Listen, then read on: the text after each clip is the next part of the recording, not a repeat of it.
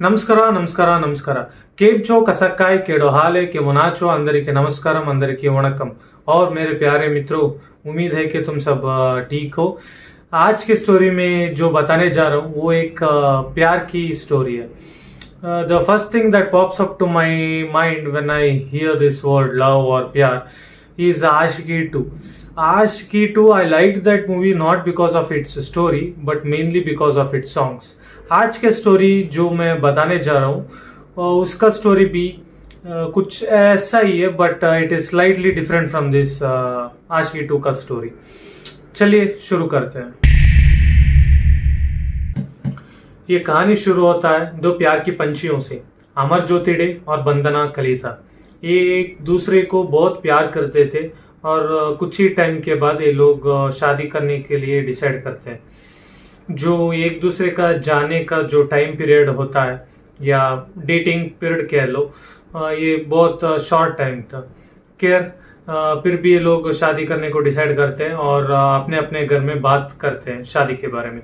जो अमरज्योति डे की मम्मी जी जो है शंकरी डे, वो इस शादी से उतना खुश नहीं थी।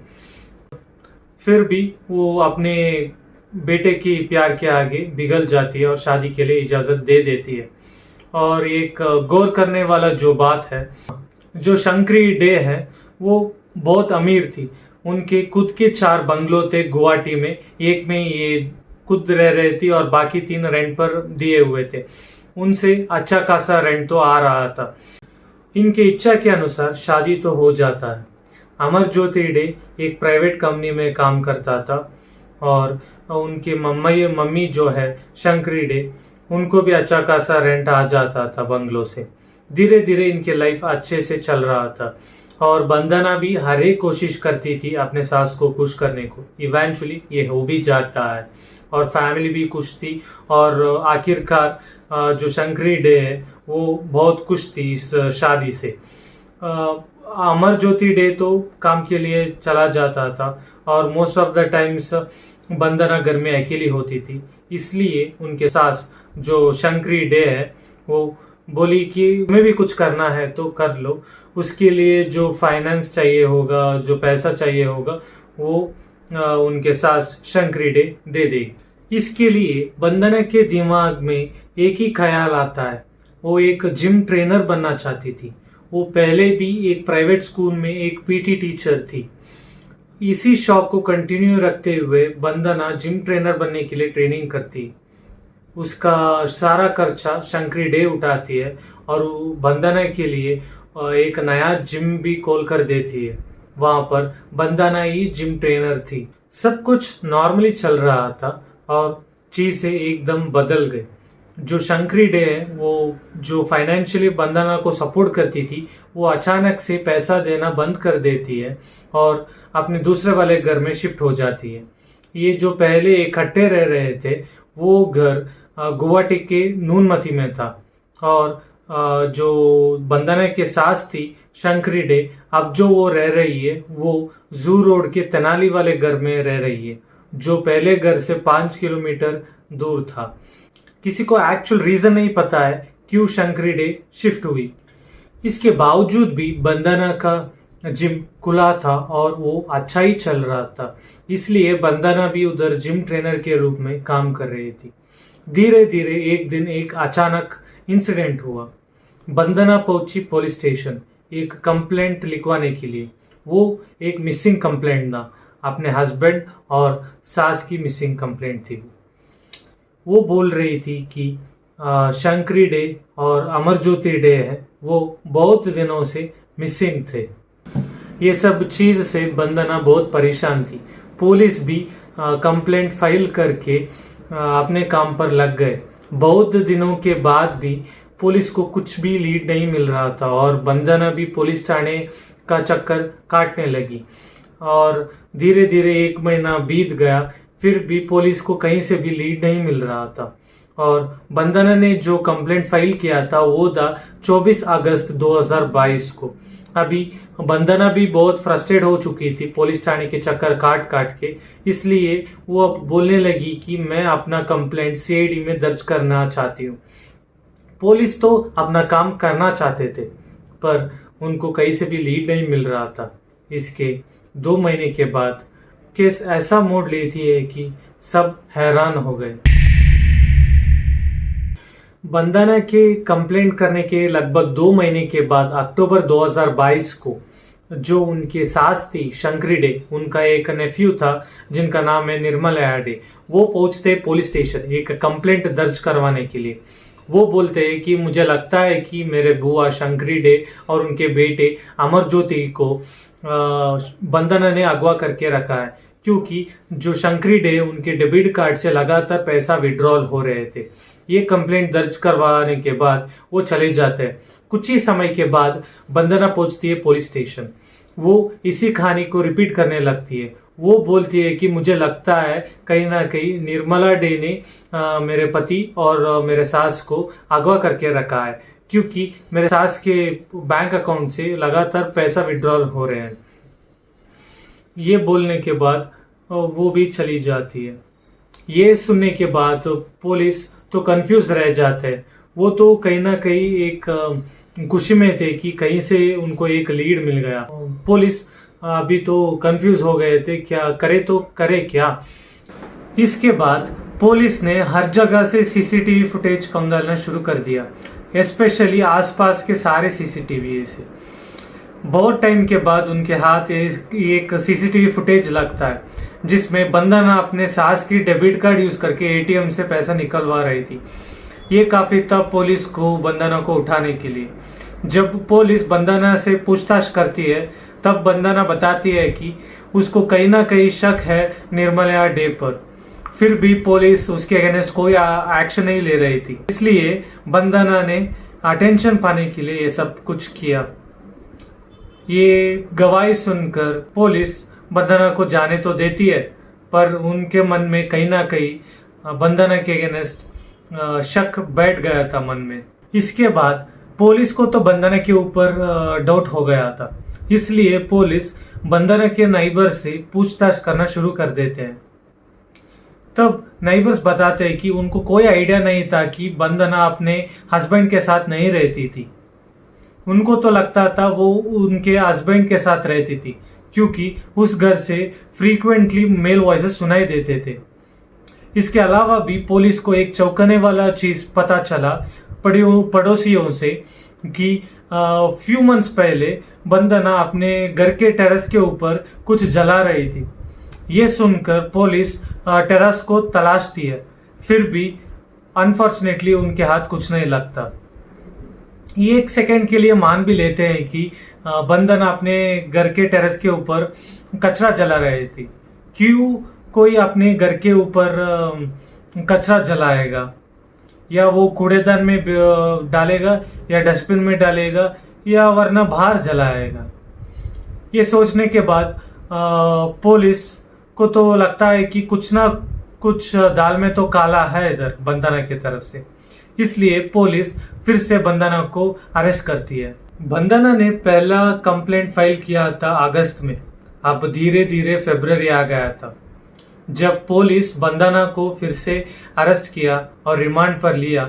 कोई नहीं सोचा था कि ऐसा दिल दहलाने वाला सच बाहर आएगा कि वो पूरे असम को हिला देगा, स्पेशली तब जब बंदना पहली बार पुलिस थाने आई थी कंप्लेंट लिखवाने के लिए। बंदना शुरू से जानती थी कि Amarjyoti day was very rich. उनके माता जी जो है शंकरी डे, उनके अच्छे खासे प्रॉपर्टी थे और they were getting in good income monthly. इसीलिए बंदना अमरज्योति के साथ रिलेशनशिप में भी आई थी, पर अनफॉर्चुनेटली अमरज्योति को ये नहीं पता था। पहले से ही बंदना अमरज्योति से नहीं उसके पैसे से प्यार करती थी। उसके इंटेंशन भी अमरज्योति के पैसे को लूटने के थे, पर वो नहीं चाहती थी कि ऐसा कुछ हो जो इसके आगे हुआ।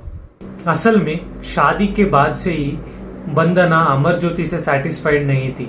वो पहले से ही मर्दों के अराउंड रहना चाहती थी, वो पहले से ही ऐसी थी।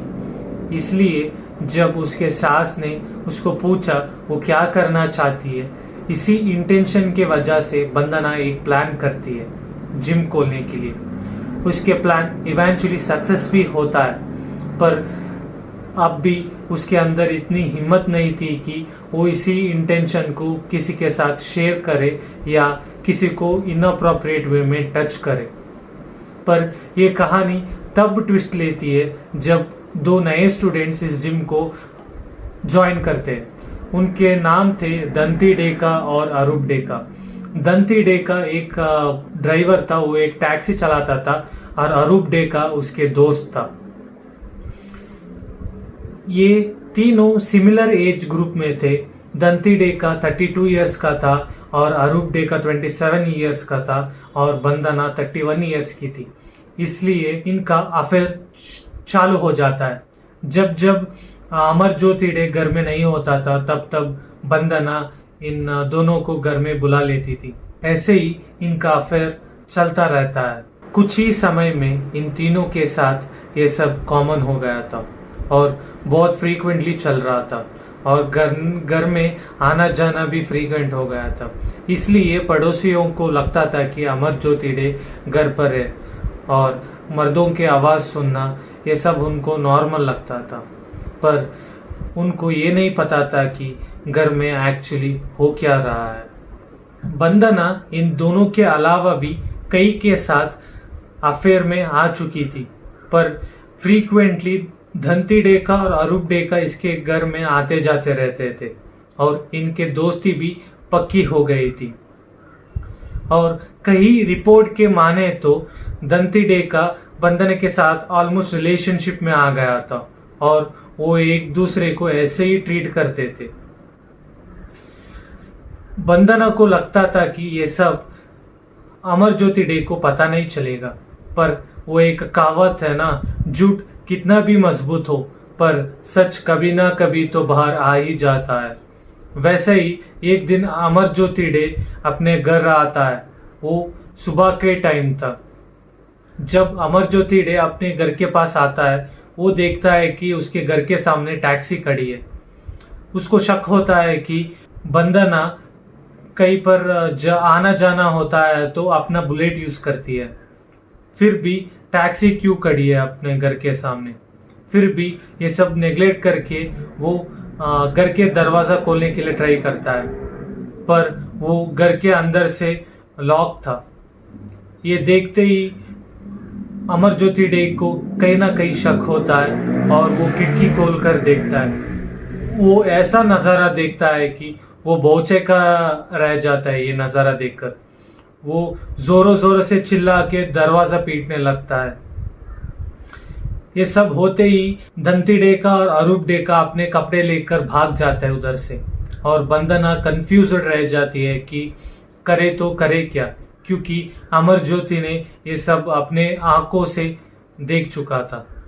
ये सब के बाद अमरज्योति डिसाइड कर लेता है कि उसको डाइवोर्स चाहिए और दूसरी साइड पर बंदना बार बार गिड़गिड़ाती है और माफ़ी मांगती है कि ये सब आगे से नहीं होगा।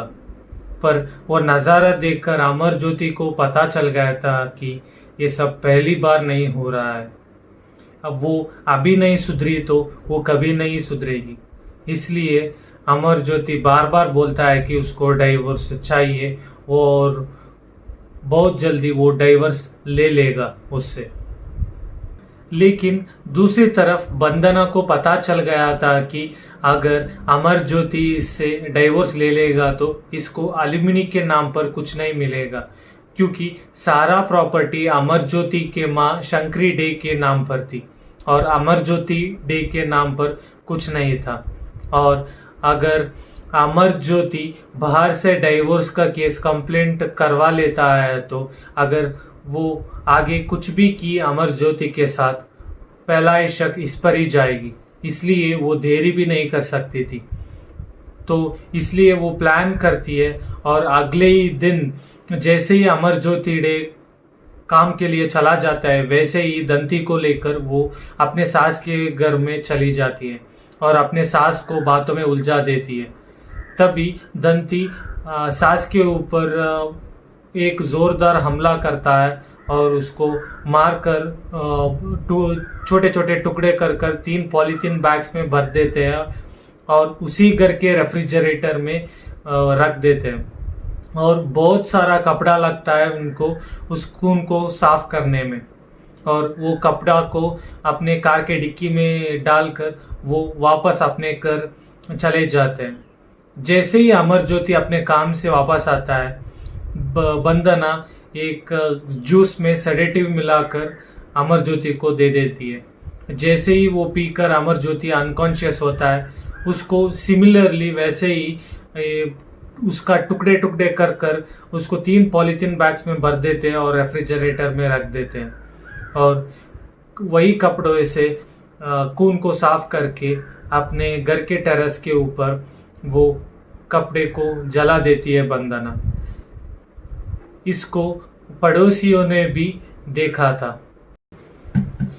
इन सब के बाद बहुत दिनों के लिए अमर ज्योति डे और शंकरी डे का बॉडी रेफ्रिजरेटर में ही था। 27 जुलाई को बंदना दंती को लेकर शायद रात 3 बजे चिरापुंजी के गांव जिसका नाम सोडा है, वह शंकरी डे का बॉडी के टुकड़ों को डिस्पोज कर देती है। उसके लगभग 20 दिन के बाद अमर ज्योति डे का बॉडी का टुकड़ों को मेघालय में डिस्पोज कर देती है। और इनको लगता था कि इसके बाद सब कुछ नॉर्मली होगा, पर वो कहते हैं ना, जब पुलिस ढूंढने पर आती है तो कल्प्रिट कितना भी शातिर हो, पर आखिरकार पुलिस ढूंढ ही लेता है। इन सब के कन्फेशन के बाद जब पुलिस उन बॉडियों को ढूंढने के लिए जाते हैं, जब वो शंकरी डे का बॉडी को ढूंढते हैं, उनके बॉडी के टुकड़े तो मिलते हैं पर उनका सर नहीं मिलता। जब वो मेघालय जाते हैं जहाँ पर उन्होंने डिस्पोज किया था अमर ज्योति के बॉडी को, उनको कोई अमर ज्योति बॉडी का टुकड़ा नहीं मिलता। बंदना को अपने किए पर कोई रिग्रेट नहीं था। जब बंदना को पुलिस अरेस्ट कर कर ले जा रही थी, तब बंदना खुशी खुशी से हंसते हुए जा रही थी, या फिर ये कहे कि उसको अपने किए पर कोई रिग्रेट नहीं था, या फिर वो जानती थी कि वो जल्दी ही बेल पर रिलीज हो जाएगी। हुआ भी कुछ वैसा ही। कुछ ही दिनों के बाद ये तीनों के तीनों बेल पर बाहर आ गए। जब बंदना के डैड को इस बारे में पूछा गया तो वो बोले कि अगर बंदना सच्ची में कल्प्रिट है तो उसको गोली मार देना चाहिए। और खैर, इनको भी बंदना ने अंधेरे में रखा था। उनको ये तक नहीं पता था कि उसके सास और हस्बैंड मिसिंग है, और उसने कंप्लेंट भी दिया था। लोग ऐसे शौक और एडिक्शन के लिए किसी भी हद तक जा सकते हैं, चाहे रिजल्ट कितना भी बुरा हो। ऐसी लोगों से दूर रहे, सतर्क रहे और जागरूक रहे।